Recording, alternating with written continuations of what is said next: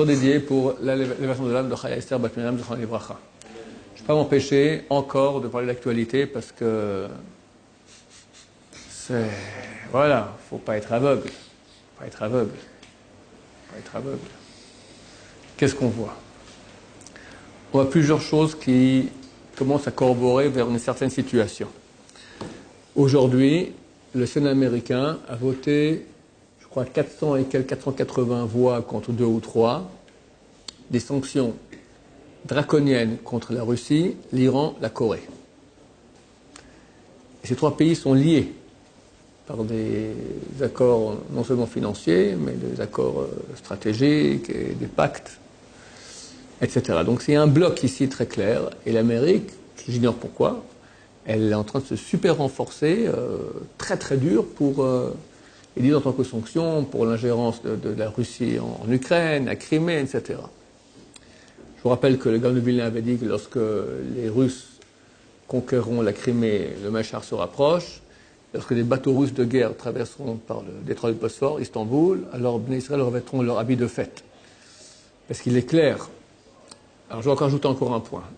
Trump, le président libanais, est venu en Amérique et ils ont parlé ensemble, je crois en Amérique, je ne sais plus, en tout cas ils étaient ensemble et là-bas Trump il a dit que le Hezbollah en français, d'accord, c'est une menace pour toute la région du Moyen-Orient. C'est vrai, de son point de vue, de notre point de vue aussi bien sûr, c'est la plateforme iranienne, ce sont des chiites dirigés et armés par l'Iran, aidés aussi par la Russie, des armes russes, iraniennes, etc. Donc c'est en fait l'armée du bloc iranien-russe, qu'on laisse un peu de côté pour le moment, en face d'Israël. Aujourd'hui, les légions puissantes, les commandos, les meilleures armées du Hezbollah qui étaient en Syrie sont passées maintenant à la frontière israélienne. On sait depuis un mois environ que ce n'est plus des petits gangs ou des bandes de soldats iraniens qui sont au Golan, c'est vraiment l'armée régulière au Golan, donc à la frontière israélienne, avec des policiers russes aussi. Le cessez-le-feu entre Trump et Poutine est géré par l'armée russe, la police russe, d'accord. Donc on a la totale, quoi, ce qu'on n'aurait jamais cru il y a encore quelques années. Les Russes, le Hezbollah, les Iraniens, à la frontière d'Israël. Or, il est écrit dans les prophéties de Gog ou Magog que Gog, c'est un roi d'un pays, c'est un surnom d'un roi, d'un pays surnommé Magog. L'heure numérique Gog ou Magog, c'est 70. Rabbeinu Hari dit que c'est 70 nations qui vont venir attaquer Israël, dirigées par le roi Gog, qui est le roi de Meshech et Tubal, comme c'est écrit dans Ézéchiel 38, et ils viennent du fond du nord. Donc tu prends le nord d'Israël, c'est tous nos meilleurs amis, tu as le Liban, après la Syrie, après la Turquie, après la Géorgie, la Russie, et la Russie blanche, d'accord, la vraie Russie. Maintenant, la capitale de la Géorgie s'appelle Tbilissi, on pense que c'est Tubal qui est écrit dans le texte. La capitale de la Russie blanche, toute la Russie, c'est Moscou, Meshech, d'accord, c'est la même chose en hébreu, avec un vav en plus. Qui vient du fond du nord, le fond du nord, c'est la Russie. Ça, c'est d'une part. D'un autre côté, c'est écrit aussi dans Sanhedrin, traité Sanhedrin par 98b, qu'à la fin des temps, comme ça explique Rashi, l'Iran va conquérir l'Irak. À l'époque, l'Irak, ça contient aussi la Syrie, donc toute la région d'Assyrie, c'est-à-dire et la Syrie actuelle et l'Irak. Et de là vient en Israël pendant Gog ou Magog. Gog ou Magog, c'est inévitable. Les grands rabbins, Tekar Beslan Bashaoul, il a dit qu'à son avis, le décret inhérent de souffrance à Gog ou Magog est déjà passé dans la Shoah. C'est-à-dire que la même page, le même endroit où on parle de Gog ou Magog, que les Perses, donc les Iraniens, vont investir Israël, vont conquérir Israël. Et c'est écrit c'est marqué qu'il n'y a pas un seul palmier en terre d'Irak auquel tu n'as pas un cheval perse qui sera attaché. Ils vont arriver par millions. Aussi dans la prophétie de Yecheskel, ils arrivent par millions, des millions qui arrivent.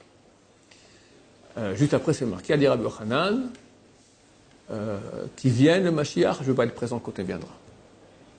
C'est comme on est content que l'enfant soit arrivé, mais l'accouchement auparavant, on préfère pas d'enfant et pas d'accouchement. Alors il dit, ok, qu'il vienne, mais je ne veux pas être présent. Tellement ça va être terrible. Oula dit la même chose. Moyen même nos techniques de se rappeler de ce rabbin. Oulala.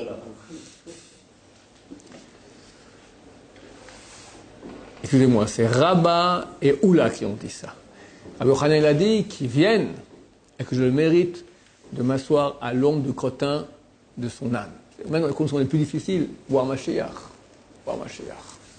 J'ai dit dernièrement à ma famille, j'ai reçu 2 enseignements que je vous transmets, ce qui vous concerne aussi, je pense, et tous ceux qui nous écoutent, qui valent des millions, de milliards, on ne s'arrêtera pas de dire des millions, combien ça vaut. Tout l'argent du monde ne vaut pas ça. Alors, M. Abba Shaoul, qui était un homme énorme, il y a des livres qui sont sortis à son sujet maintenant, on voit tout ce que je le connaissais, je vois que c'est des dizaines de fois plus. Phénoménal. Il m'a dit, moi et ma famille, mes parents, mon père a 83 ans, aujourd'hui on annonce l'année 5777, nous verrons Mashiach. Rien que ça déjà, le monde peut s'écrouler, on est content. Mashiach, viens, on verra Mashiach, quoi qu'il y ait, on est tranquille.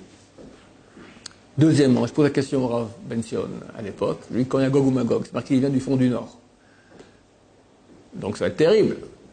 Qu'est-ce qu'on fait? On prend la voiture et on fuit. Beersheba, Elat, Sharm el-Sheikh, au Soudan. On va vers le sud. Il m'a fait comme ça. Ici, Yerushalayim. 2 informations qui valent des millions de milliards, parce qu'on ne sait pas qui, quoi, comment, ça fait très peur. Là, on dit, voilà, c'est très clair. Tu vas Mashiach, tu vas chez Jérusalem Pépère, tout ira bien. Avis aux amateurs. Mais Ahmadinejad, à l'époque, on avait fait le blocus des bateaux qui venaient à Gaza, à Marmara, etc. Il dit, vous faites le blocus, on reviendra à pied. Et là, ils reprennent tous. Là, on va parler tout de suite maintenant de la crise de Al-Aqsa, d'accord? Mais ils crient tous, allons, Erdogan, il a dit, Erdogan, vous dites en français? Erdogan en français, Erdogan en hébreu. Ok. Erdogan, il a dit, j'appelle tous les musulmans à aller à Al-Aqsa. Et ils vont tous venir à pied, des millions. Bon, je ne sais pas comment ça va être. J'ignore comment ça se fait, que fait ça. Mais une chose est claire. La prophétie de Yechezkel, de Gog et Magog, elle est écrite dans Yechezkel 38 et 39. 38 et 39. À la fin, c'est marqué. Vedigaldilti, et je me grandirai. Vedikadishti, et je me sanctifierai. Venodati, et je me ferai savoir, amim rabim, aux yeux de tous les peuples, ve'adou kiane Hashem. Ils sauront que je suis l'Éternel. C'est ce qu'on dit dans le Kaddish, depuis Moshe Rabbeinu. Hein? On dit le Kaddish combien de fois par jour? Bien une quinzaine de fois. Idgadal, que soit sanctifié, que soit Idgadal, que soit agrandi, que soit Vedkadash, que soit sanctifié, Shemé Rabba, son grand nom. De quoi on parle? Que Gog ou Magog arrive. On ne veut pas Gog ou Magog, on veut le résultat, que enfin Dieu dit, ok, j'enlève, j'ouvre le rideau, me voici, Mashiach vient, terminer tout le mal et éradiquer du monde, et enfin tout ira bien. L'accouchement. J'ai entendu qu'il y avait qu'à avoir 7000 survivants. C'est écrit. Le Rav Bergel m'a dit, je ne sais pas où il a cela, il faut vérifier. Dans Abravanel, c'est un des grands commentateurs de la Bible, il est au Moyen-Âge, il a dit, parmi toutes les différentes prophéties qui sont sur Mashiach, tous les 6 différents scénarios, il y a plusieurs scénarios, plusieurs prophéties, il y a 12 choses qui doivent arriver forcément. Comme ça, il écrit. Parmi elles, ce qui est écrit à la fin de Zacharie 13, 2 tiers du monde périra. Alors maintenant je prends toutes ces notions-là. On voit que dans les prophéties, dans les écrits, on nous parle de la Russie, on nous parle de la Perse. On voit maintenant tout à coup que l'Amérique est en train de faire un blocus, des sanctions contre la Russie et la Perse. Maintenant, si on va vraiment appauvrir et mettre en situation de pression la Russie et l'Iran à un point tel, ils vont éclater. C'est une guerre qui va éclater. Ça se peut que c'est ce qu'ils veulent. L'Amérique, après tout, c'est une puissance militaire. Ou bien avec la Corée du Nord. Kim Jong-un, donc le tyran de la Corée du Nord. J'ai vu ce matin les nouvelles, il y a des suspicions qu'il est en train de préparer encore un nouveau missile. Le jour où il envoie le missile, c'est fini. Trump lui rentre dedans, comme il faut bien. Il en a déjà envoyé déjà. Il en a beaucoup. Et Trump lui a dit, c'est fini, notre patience stratégique est à bout. Et attention. On essaie de le calmer, la Chine, machin, tout ça, mais il est fou. Alors, encore un fou que Dieu a mis sur Terre pour amener le monde à son achèvement. Maintenant, Kim Jong a dit, l'Amérique nous provoque, je ne sais pas pourquoi elle nous provoque, en tout cas, nous provoque, et va entraîner le monde dans une 3e guerre atomique. Il a dit. J'ai raconté l'autre jour que c'est écrit dans les écrits, c'est marqué dans Yoël. Esh, Dam, Timot Hashan. À la fin des temps, il y aura du feu, du sang, Timot Hashan. Traduit des colonnes de fumée. Mais Timot vient du mot Tamar, palmier. Palmier, c'est quoi? La fumée, elle monte, comme ça, puis après, elle fait ting, comme ça. Alors, en France, on parle de champignons, parce qu'ils n'ont pas de palmier. En Israël, on n'a pas de champignons, on a de palmier. Donc, on parle de palmier. C'est la même réalité. Donc, ça a l'air très proche. Quand ça sera, je l'ignore. Une chose supplémentaire qui va dans ce sens-là. Plusieurs choses supplémentaires. D'abord, Hezbollah.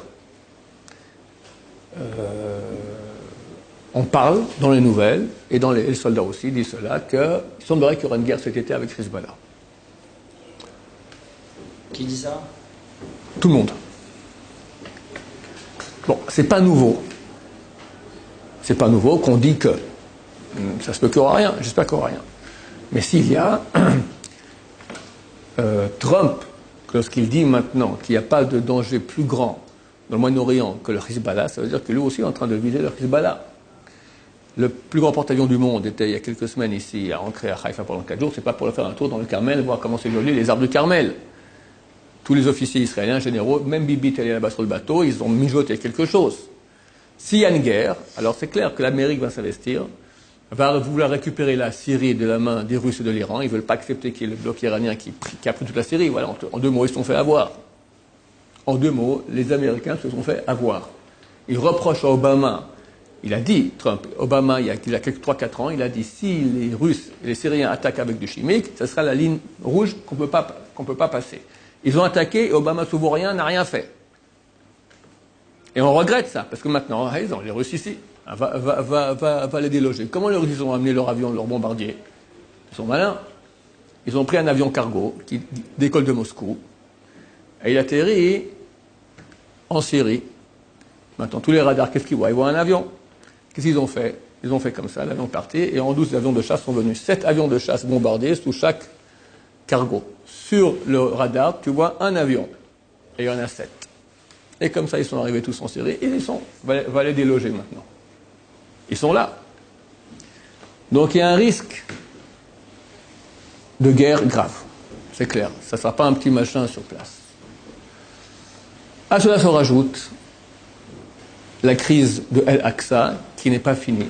Parce que bien que l'État d'Israël ait accepté d'enlever les décrétos de métaux, ces crétins continuent à faire du bruit. Et comme j'ai dit l'autre jour, pour moi c'est extrêmement significatif qu'on est proche de la fin. Pourquoi? Il est écrit que, après qu'on a été opposé à 4 royautés durant l'exil, la royauté de Babel, l'Irak, après la Perse, après les Grecs, et après Rome, par extension tout l'exil occidental, il y aura Ishmaël, le monde arabe. C'est écrit que le Mashiach, il pousse sur Ishmaël. Ishmaël, qui était au début un peuple très simple, d'accord, tout à coup il leur a poussé en avant, le pétrole, etc., puis il se retrouve très haut. Je crois que le Mashiach, il pousse sur lui. Et au bout d'un moment, Ishmaël, il tombe, et quand il tombe, c'est la fin. Mashiach, il est là-haut, et se dévoile. Il y a 50 ans, exactement jour pour jour, presque, d'accord, avec 2 mois en plus, c'est la guerre des 6 jours. À ce moment-là, juste avant, Nasser, à la tête de la Ligue arabe, une puissance terrible. On a des puissances, on a un petit état de rien du tout. À Netanya, la frontière fait 22 km. Ici, à Yishot Yosef, on est en Jordanie. La frontière, elle est au milieu de la ville. Bar Ilan, c'est la Jordanie. C'est là-bas la frontière. Rov Shmuel Hanavi. 8 États arabes viennent en guerre contre nous. Kadhafi, super puissant, la Libye. L'Égypte, super puissante. La Jordanie, armée par les Anglais, super puissante, la Légion jordanienne. Le Liban, la Syrie, l'Irak, l'Iran, et même un petit peloton qui vient de Tunisie. Miracle extraordinaire. Mais ils étaient super puissants. L'Égypte, c'était énorme, liquidé. Kadhafi, énorme, liquidé. L'Irak, Saddam Hussein, quand j'étais à l'armée, Général, une voix, vous ne pouvez pas imaginer, en 80 et 82, j'ai jeté l'armée. En 80 a éclaté la guerre Irak-Iran qui a duré 8 ans, je crois en 88. Il ne faut pas imaginer, nous a dit, quel bonheur c'est pour nous qu'il y a cette guerre entre ces deux géants. L'Iran et l'Irak, c'était des puissances énormes, des soldats, des dizaines de fois plus de divisions de tanks que nous. Énormes. Liquidés. Plus d'Irak. Il restait la Syrie. Hafez el-Assad le père et Bachar al-Assad le fils. Des tyrans, des tortureurs. Combien de nos prisonniers ont été là-bas torturés ne sont jamais revenus. Liquidés. Reste la Perse. La Perse, c'est pas Ishmaël. La Perse, c'est Paras. C'est écrit au début du traité Avodah-Zarah. Rome et la Perse resteront jusqu'à l'époque messianique.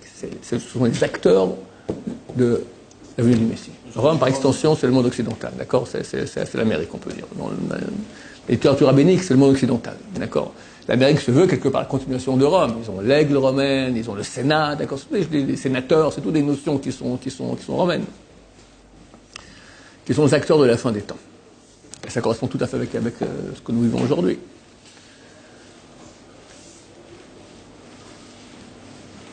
Pourquoi je dis que Ishmaël est en train de tomber? Non seulement au niveau politique, stratégique, d'accord, quand on a vu qu'ils n'ont presque plus connu aucune force, mais au niveau maintenant moral. Une royauté, elle est puissante quand elle a...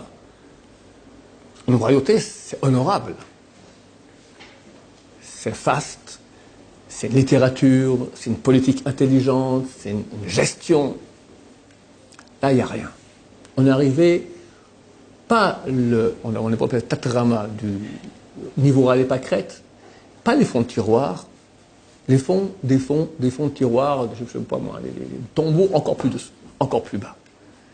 Que des millions d'Arabes dans le monde se remplissent de haine, de colère, avec un argumentaire nul. Nul. Vous envoyez des terroristes. Vous tuez 2 soldats israéliens. On ne vous empêche pas de venir prier à Al-Aqsa, à la mosquée, aucun problème. On met simplement des détecteurs de métaux pour éviter qu'on profane votre lieu saint. Parce que c'est pas séant pour l'islam qu'on se batte avec des pistolets dans une mosquée. Donc on évite, vous voulez faire la guerre, faites la guerre hors de la mosquée. Mais pas dans la mosquée. Alors on met des détecteurs de métaux. Tollé général.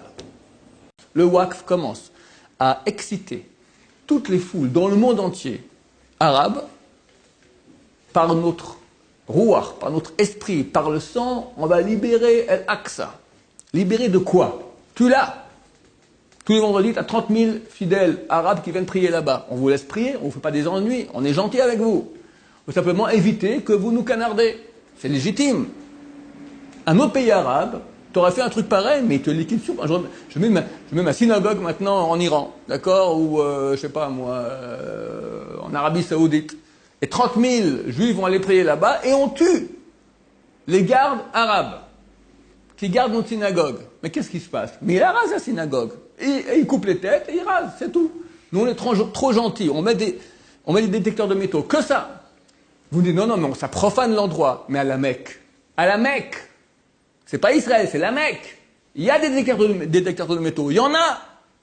Alors nous, quand on le fait, ça va pas. Quand vous le faites, ça va. Pourquoi chez nous ça profane et chez vous ça profane pas? Alors, il y a 2 choses ici. D'abord que le foule arabe tombe dans le panneau. Qui veut? On va vous libérer à l'Aqsa. Mais de quoi tu parles? On te l'a donnée, elle est à toi. Tu peux aller prier. Qu'est-ce que tu veux? Tu comprends qu'on est en train de te faire croire n'importe quoi. Le journal Figaro n'a pas raconté le début de l'histoire. Qu'il y a eu 2 policiers israéliens qui ont été assassinés par les terroristes. Et à cause de cela, on a mis les détecteurs de métaux. Ils ne racontent pas. Ils racontent l'État d'Israël viole le statu quo qu'il y a entre Israël et le Waqf et met des détecteurs de métaux. Menteur par omission. Menteur, le Figaro. Maintenant, j'accuse les peuples. Parce que tous les peuples, dites quelque chose. Et calmez-vous, les Arabes. C'est normal. Vous assassinez 2 policiers, on vous met des cœurs de métaux, c'est tout à fait normal. Partout des cœurs de métaux. Quand tu prends l'avion, des cœurs de métaux. Quand tu rentres dans un endroit public, des cœurs de métaux. Qu'est-ce qu'il y a de grave? T'as assassiné déjà. Ben, c'est normal. Non, c'est pour ta sécurité à toi. Pour qu'on ne profane pas ton endroit. Tout le monde se tait. Tout le monde se tait. Si les États du monde entier se seraient réveillés pour dire vous débloquez, je ne comprends pas. À mon avis, c'est la fin d'Ishmaël. Arriver à des argumentaires tellement nuls, tous les royautés mentent. Tous les royaumes, ils mentent. Mais quand ils mentent bien. Ils vont dire un bon mensonge, d'accord, quelque chose de bien. On veut aller, je sais pas moi, l'Espagne veut aller maintenant conquérir l'Amérique du Sud, alors on va maintenant leur apporter la bonne parole, les christianiser. Bon, allez, c'est un truc qu'on peut comprendre encore. C'est tordu, mais on peut comprendre. Alors on tue tous les Mayas, tous les Toltecs, tous les Aztèques. Bon, ils n'ont pas voulu se christianiser, on les a zigouillés. Bon, allez, on peut encore comprendre. D'accord, la Russie, elle veut l'égalité pour tout le monde. Donc tout le qui n'est pas d'accord, on l'envoie au goulag, crever de faim et de froid. Bon, on peut comprendre, c'est une bonne raison, d'accord. Je veux l'égalité pour tout le monde. Là, quoi? Qu'est-ce que tu dis? Je suis pas d'accord, je me révolte maintenant, et des millions d'Arabes hurlent parce qu'on a mis des détecteurs de métaux à la mosquée pour empêcher des terroristes de profaner l'endroit. C'est une raison, ça. Excusez-moi, mais c'est la nullité. C'est râler pas crête. Je ne comprends pas comment un esprit sensé peut encore accepter une raison pareille. Alors maintenant, c'est encore mieux. Israël a baissé sa nuque. Ok, j'accepte. Ah. Calmez-vous. Non. Le Waqf a dit, le responsable de la mosquée a dit, on continue. On continue. Maintenant, c'est extrêmement grave. Pourquoi? On est 50 ans exactement après la conquête de Jérusalem. Je dis au nom de Rabbi Yehuda Chassid, il y a un bruit qui ne croche pas, je n'ai pas trouvé ça écrit. Mais en tout cas, c'est assez symptomatique. Lui, il vivait au Moyen-Âge, il a dit que les Turcs vont posséder Jérusalem pendant 8 jubilés, ça fait 400 ans. Effectivement, historiquement, ils sont arrivés, ils ont conquis Jérusalem en 1517, et en 1917, 400 ans plus tard, c'est Al-Lambil, général Al-Lambil, les Anglais qui ont conquis. On dit qu'au nom de Rabbi Yehuda Chassid, je n'ai pas vu ça écrit, qui a dit que au 9e jubilé, ce sera les Anglais qui l'auront. Un jubilé, après, ce sera les Juifs qui l'auront. 67, exactement 50 ans plus tard. On est cette année 50 ans plus tard. C'est les 10 jubilés. Normalement, c'est pas écrit, mais ça sent qu'il y aura un petit quelque chose qui va se passer. Il ne reste pas longtemps, il reste 1 mois et 3 semaines. D'accord? C'est en train de se passer. Cette crise maintenant de Al-Aqsa, c'est quelque chose avec Jérusalem. Est-ce qu'il y aura une suite? Je l'ignore, peut-être qu'il n'y aura absolument rien, mais ça sent qu'ils nous cherchent. Trouver une raison aussi nulle pour faire une révolution, alors que vous avez tout. Vous avez tout. Ça prouve qu'ils sentent. C'est comme quelqu'un qui sent un danger, il sait qu'il y a un danger comme ça, il devient super épidermiquement sensible.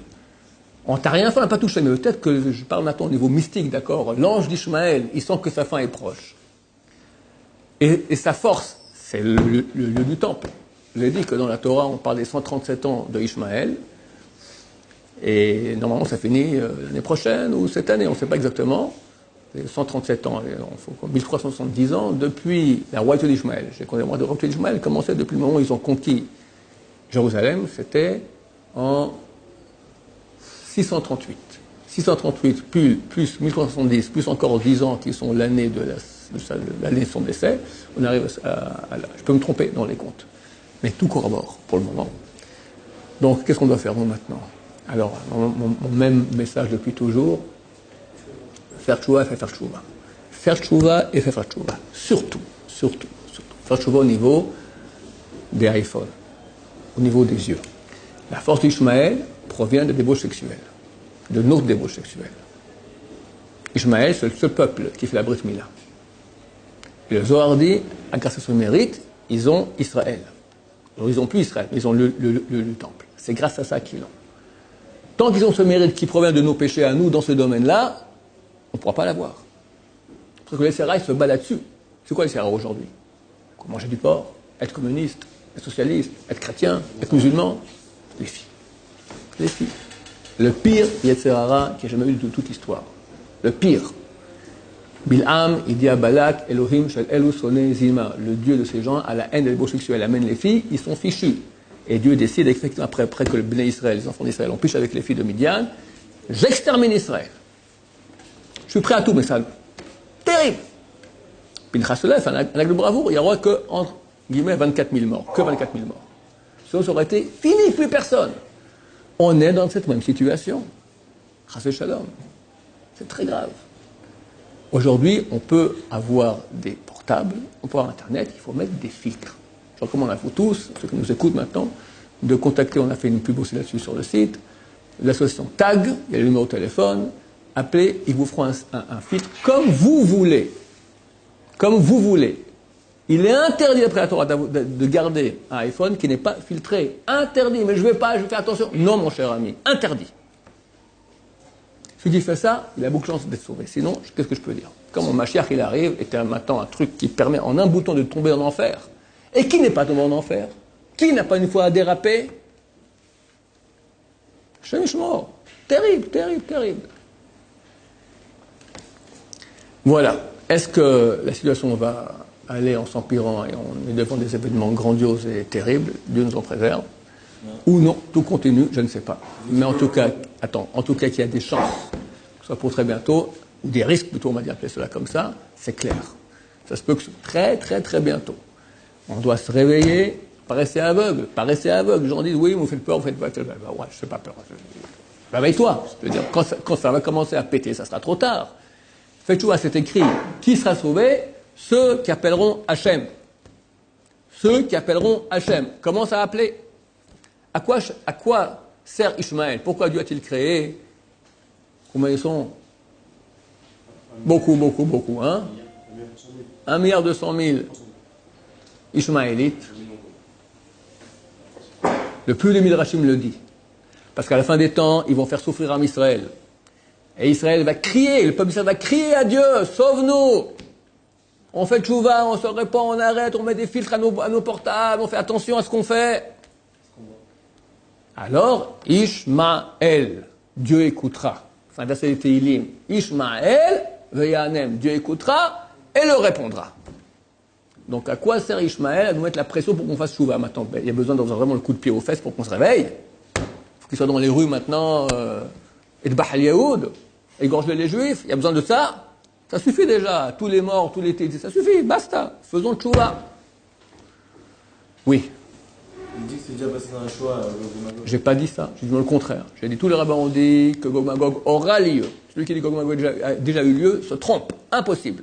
Ça aura lieu. Parce qu'ils doivent venir tous les peuples du Nord, dirigés par le dirigeant du Nord, sur Israël, mourir à Jérusalem, et Dieu doit se dévoiler. Tout le monde verra que Dieu existe. Donc ça, il y a eu, il n'y a pas eu. Celui qui dit qu'il y a eu, c'est un menteur. Parce que c'est impossible. Il n'y a pas eu ça. Il y a moyen d'éviter Gog Magog.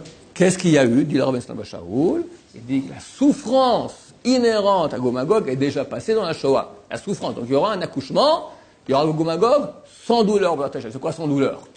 Tu n'auras pas la Shoah. Bah, je sais bien. Maintenant, est-ce que ça va être complètement nickel? Rien que la peur de voir des millions de monde entier qui vient ici avec les couteaux, etc. Daesh, Hezbollah, le djihad islamique, les Iraniens. Bon, déjà ça, c'est déjà... Avec en plus les porte-avions et tout ce que tu veux maintenant moderne de la Russie et autres pays que je ne sais pas, 70 peuples qui viennent. Quelle est la place de l'Amérique là-dedans? J'ignore. Mais normalement, je ne sais pas comment ça se fait que tout le monde va se mettre ensemble. J'ignore. Au niveau de l'ONU, peut-être, pas forcément la guerre. Peut-être une intervention internationale, oui, ça se peut aussi. Espérons que ça se fera calmement. Si on se bat entre eux, Ça, c'est marqué. Quand Dieu se dévoile déjà, alors il y a la peste, le sang, les pluies torrentielles, les météorites et la guerre entre eux. Bien sûr. Et dans Jérusalem, c'est pour eux, c'est... Tov, Baruch Hashem, qu'on vit cela, Berachamim. J'ai entendu aussi que le Rav Kadori, il a dit qu'à la fin des temps, il ne restera qu'une poignée de personnes qui feront attention à leur douche. Qui vont faire attention à leur sainteté. Ça fait très peur. À la fin, il n'y aura vraiment qu'une poignée de personnes seulement qui vont faire attention. Alors, Dieu ne demande pas d'être parfait. Il demande d'être un peu plus. Baruch Adonai, Oman V'Amen.